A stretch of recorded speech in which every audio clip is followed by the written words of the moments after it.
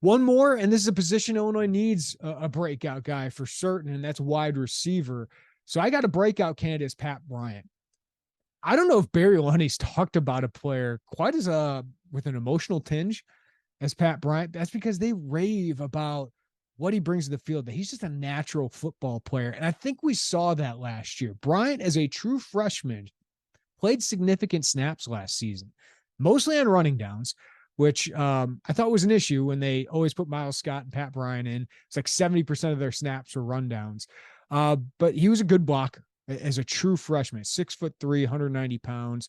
And he also flashed as a wide receiver. He only played 56 snaps on passing downs, but he had 6 catches for 98 yards. And you just saw some flashes of like, hey, that's what it looks like when you got a guy who can have a big catch radius, shield off defenders, go point of attack and really attack the ball in the air with his hands and get a catch on the sideline. Some of those NFL throws where you just see these guys do hitches and they get a first down, right? And then you can have a guy who can go downfield and potentially win some contested ball. So that class of 2020, where Lovie Smith was fired and Brett Bielema came in a couple days later after the signing class, there's only 4 of those 14 guys remain.